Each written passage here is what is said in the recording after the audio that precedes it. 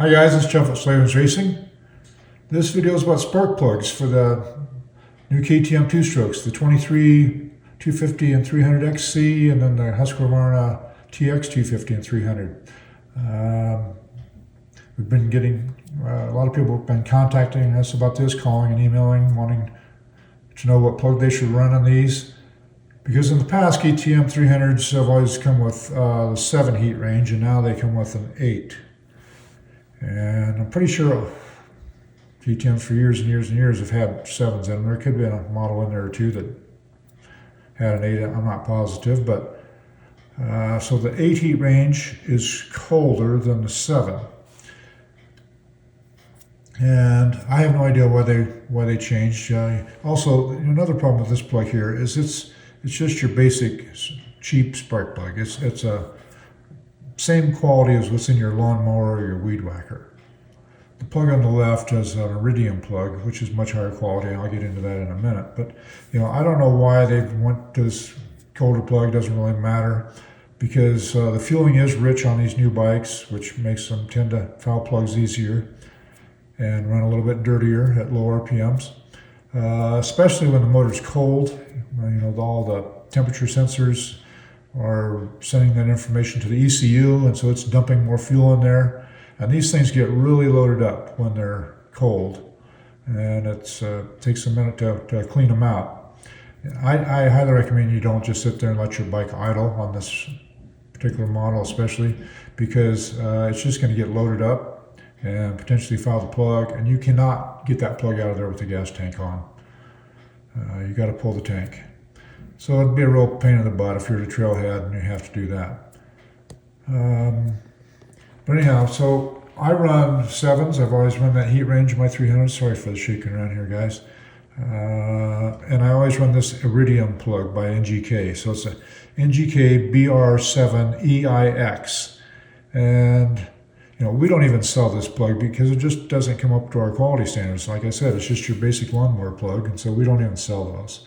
Our business model has always been to sell high quality parts, and that definitely does not qualify. So the iridium, why is it better? Why do I use it? Well, it just performs better. It's not something huge change that you're going to see big numbers on a dyno or anything like that, but it's just going to give you a better service life. It's going to be a lot more reliable, and it's going to perform throughout the power band better. And why? Because this is a fine wire plug. So if you look at the tip on the center electrode on that plug, right there, and then look at the one over here. Well, it takes a lot less juice, a lot less voltage to make this one spark than it does this one.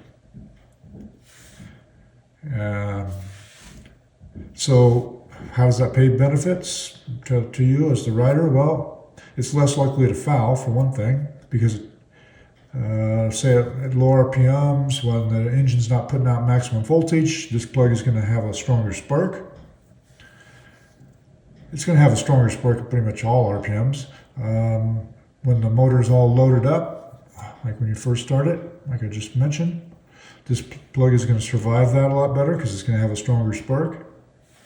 And then also when you run it hard, especially if you have a high compression head. So when you add compression to a motor, well, that's more air pressure, so to speak, inside the combustion chamber that tries to blow out the flame.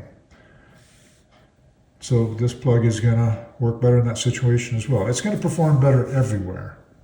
There's no downside to it. It's just a better plug to use, and the 7 heat range is going to work better, especially with this mapping that is, the fueling, which is on the rich side. Now, if you're, maybe if you're some hot rod super pro rider that's going across a dry lake at 100 miles an hour, all right, I'd probably leave the 8 in there, but I'd go to an iridium. And so any way you want to look at it, the plug on the left is going to perform better, last longer, do a better job, and that's what we recommend you run. So guys, I hope this helps you make an informed decision. And if you would, please like us on Instagram and Facebook and subscribe to us on YouTube. Give us a shout out once in a while. Throw us a bone. We'd sure like to have your business. And most importantly, get out there for some throttle therapy. Clear your head. Have a little fun. Shred some rubber. Hope to see you on the trail. That's all for now.